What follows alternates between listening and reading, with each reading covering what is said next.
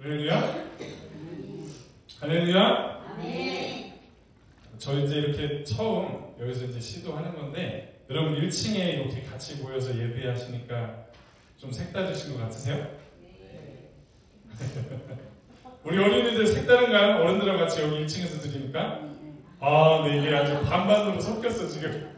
하다면은 끄떡끄떡, 하에르는 도리도리. 네, 다, 이게 도리도리가 인도에서는 긍정 언어거든요, 이렇게. 네. 긍정한 거야, 내가 보니까.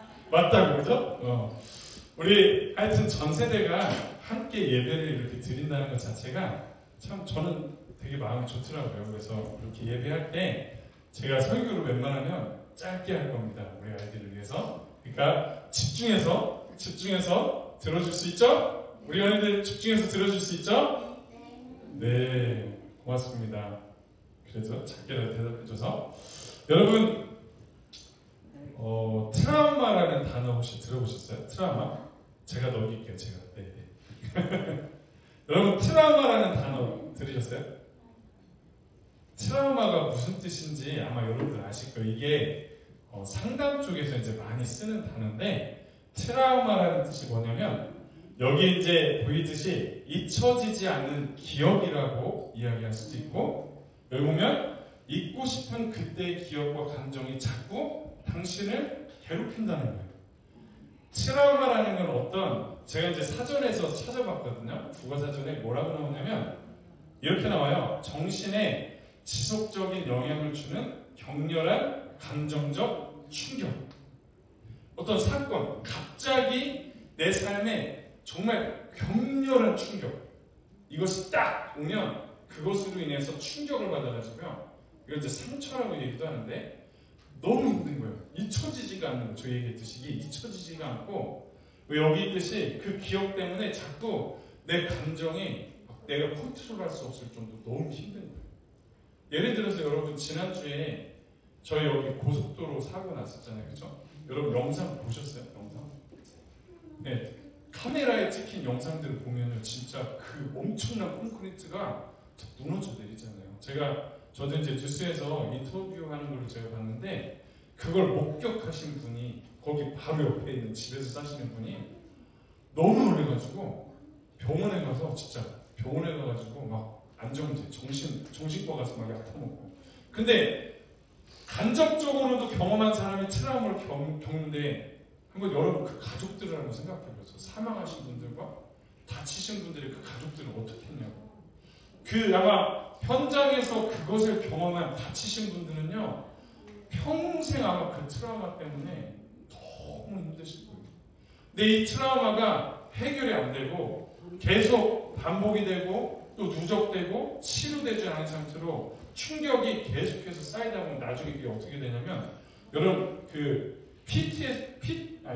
PTSD라는 장애 있잖아요. 이게 외상 스트레스인데, 이게 어떤 사람들이 가장 많이 걸리냐면 전쟁 같은 데 있잖아요. 전쟁에서 그 생사를 오가는 그곳에서 사람들이 죽어가고, 그곳에서 내가 언제 죽을지 모르는 그 공포 가운데 계속 있는 사람들이 이런 엄청난 PTSD 가운데 막 살아가는 거거든요. 그 사람들은 전쟁이 끝났다고 해도 일상으로 돌아갈 때 제대로 삶을 살 수 있느냐? 어려운 거예요, 이게 치료가 안 되면 삶을 살아가는 데 있어서 그게 순간순간 계속 떠오르니까 너무 힘든 거예요.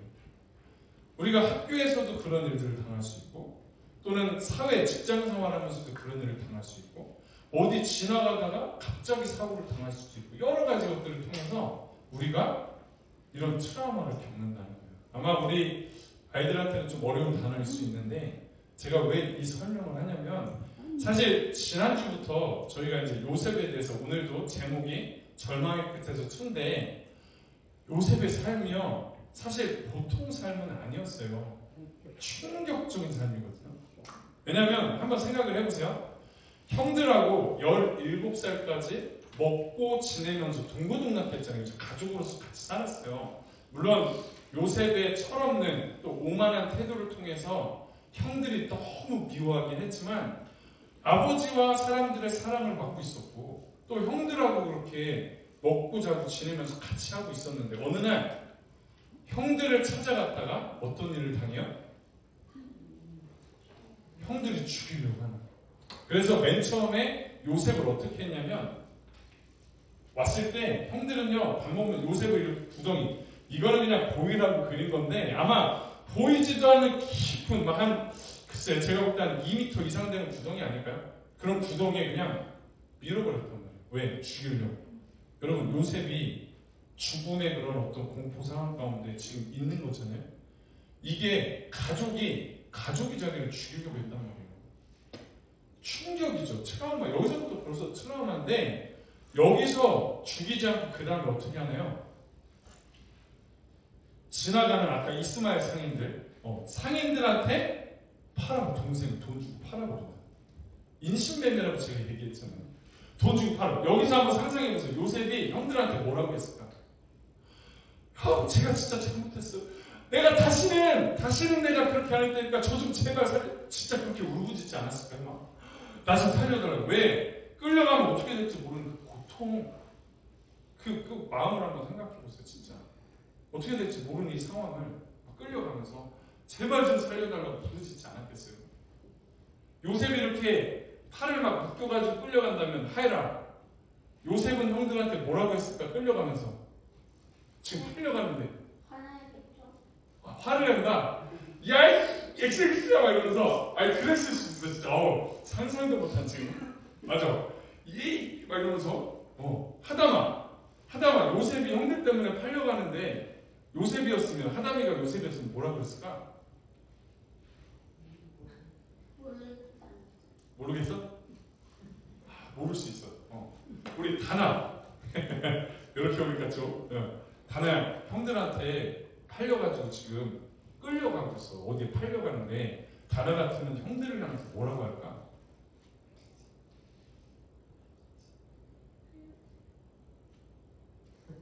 이게 참 힘들 수 있어요. 이게 힘든 질문인 거예요.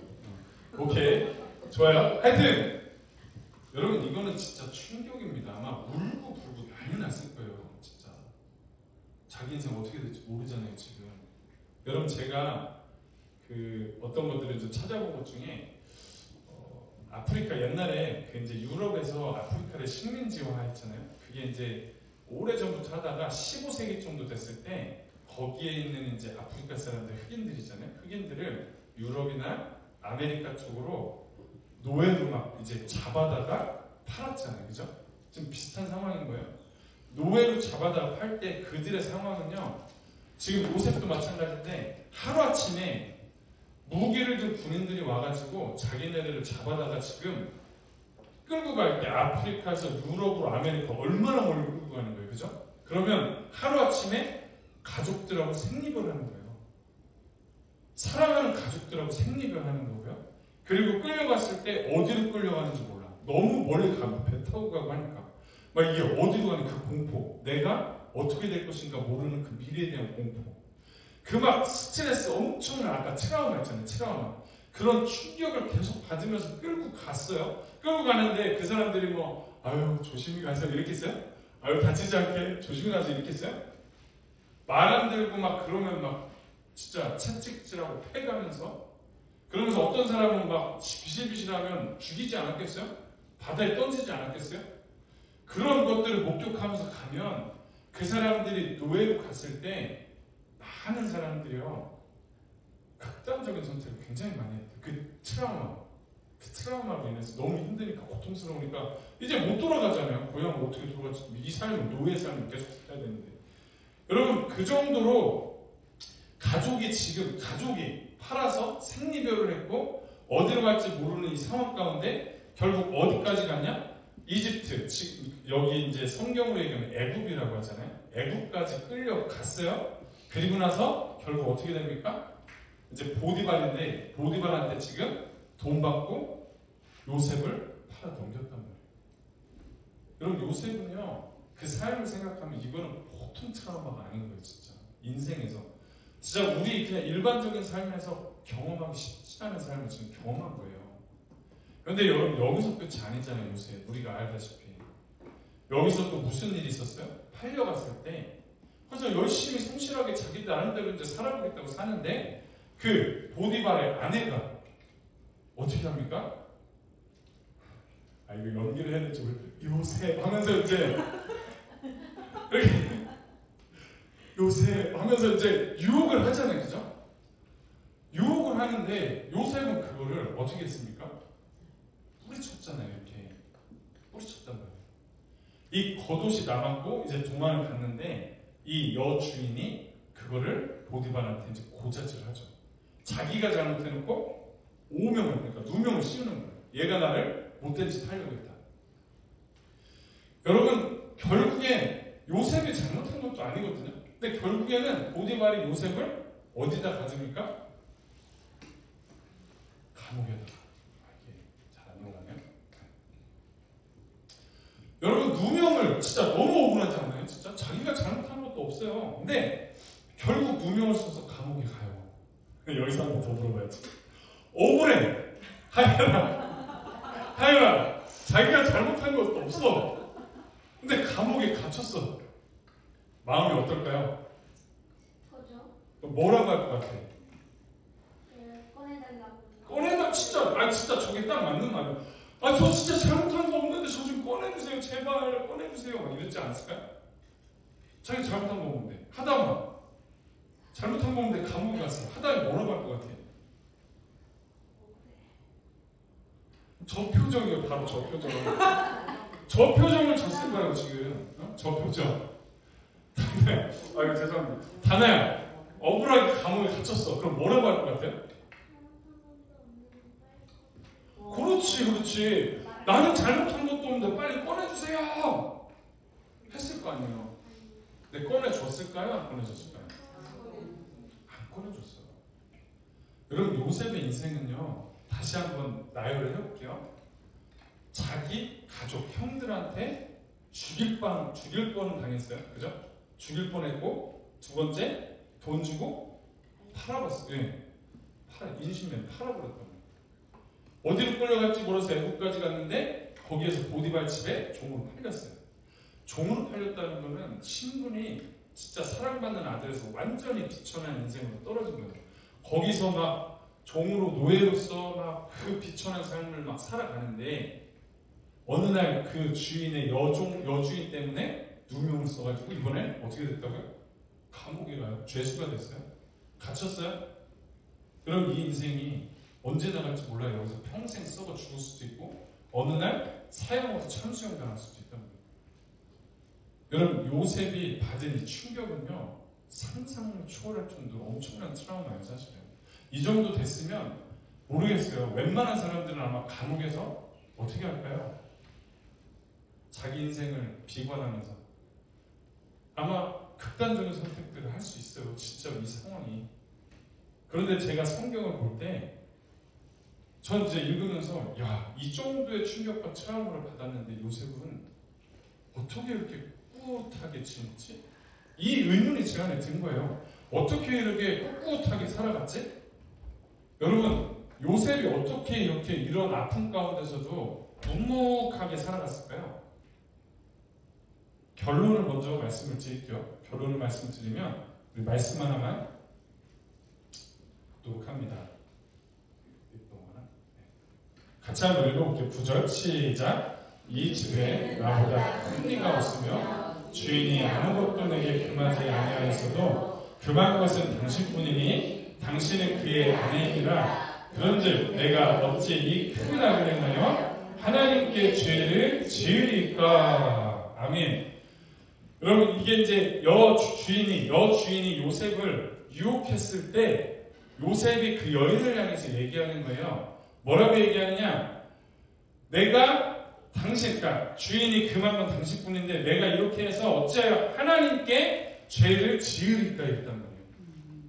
하나님께 어떻게 내가 죄를 짓겠습니까? 이게 무슨 얘기냐면 요셉이 사실은 형들한테 팔릴 때는요, 제가 볼 때 그 안에 뭐 엄청난 믿음이 있었거나 그러진 않았던 것 같아요. 왜냐? 형들한테 하는 태도를 보면 오만하고 철없고 막 그렇잖아요. 믿음이 그때는 있었던 건 아닌 것 같아요. 근데 종으로 팔려와서, 여러분, 종으로 팔린 시점부터 요셉이 총리까지 되는 기간이 몇 년이었는지 아세요? 그 고난의 기간이 13년이었거든요. 13년. 그러면 종으로 살았던 시기가 적어도 6년에서 아마 7년, 8년까지 됐을 것 같아요. 제가 보니까. 그 기간 동안에 지내면서 그 안에 하나님이, 이게 무슨 고백이에요? 하나님이 나와 함께 하신다. 하나님은 살아계신다라는 믿음의 고백을 한 거잖아요. 요셉이 지금.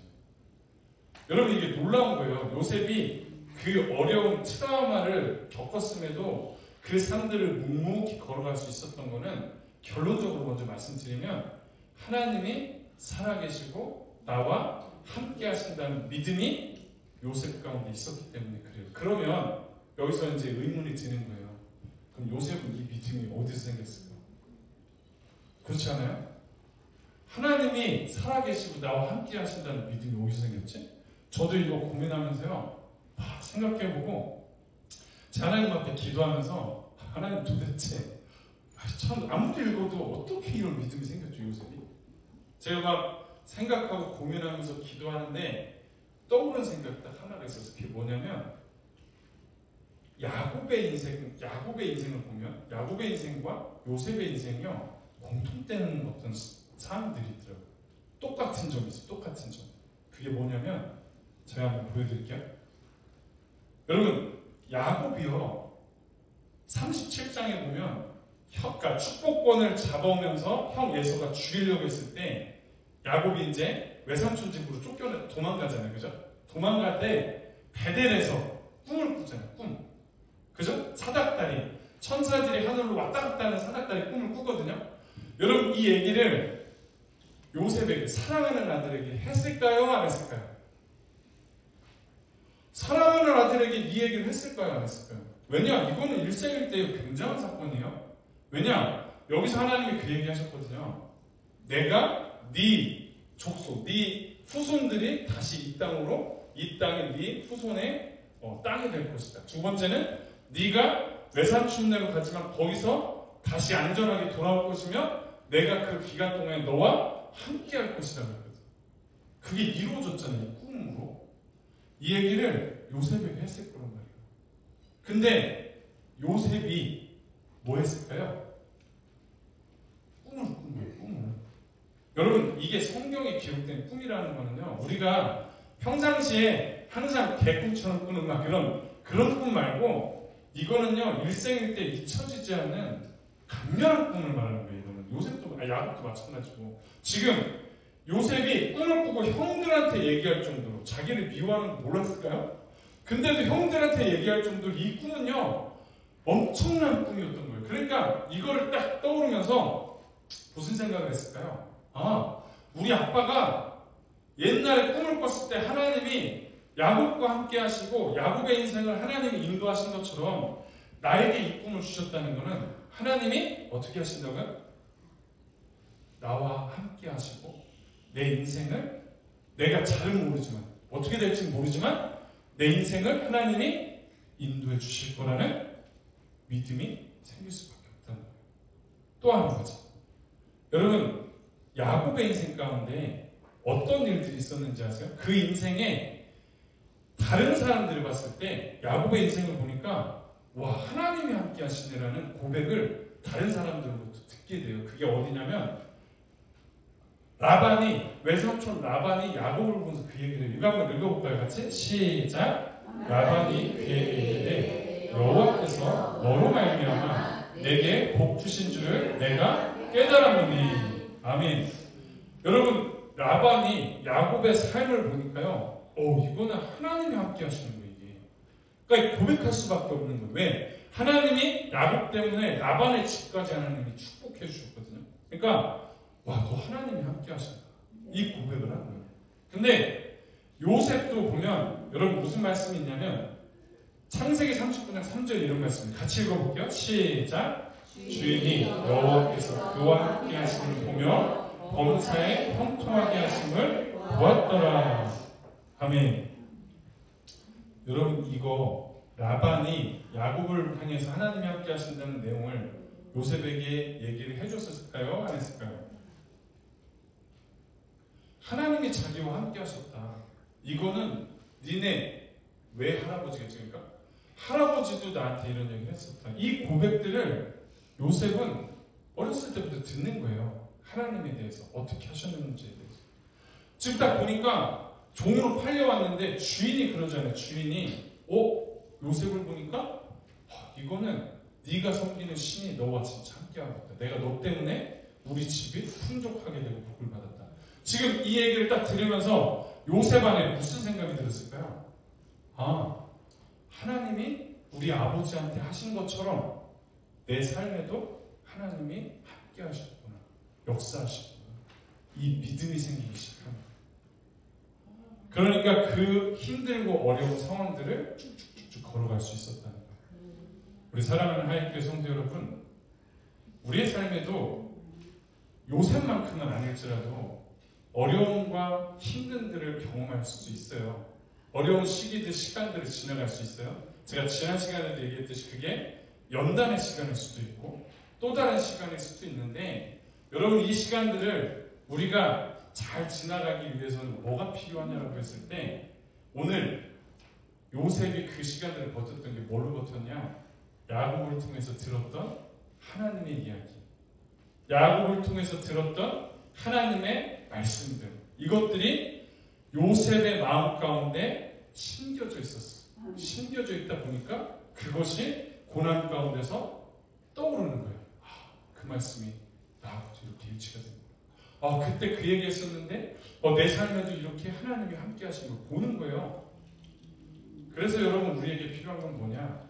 하나님을 아는 것이 정말 중요하다는 거예요. 특별히 우리 여기 이제 다음 세대들이 있잖아요. 다음 세대들이 있는데, 요셉처럼 우리 교회가 또 가정 안에서 하나님에 대해서 계속해서 살아계신 하나님, 역사하시는 하나님에 대해서 이야기해주고, 또 성경을 통해서 하나님의 말씀들을 가르치고 또 읽어주고 할 때, 우리 성도님들 뿐만 아니라 우리 하이교회 어린이들도 요셉처럼 어느 순간에 그게 심겨져 있으면요, 어느 순간에 그 말씀이 우리의 삶에 나타날지 모른다는 거예요. 중요한 건 심는 게 중요한 거예요. 심는 거, 뿌리는 게 중요하다는 거예요.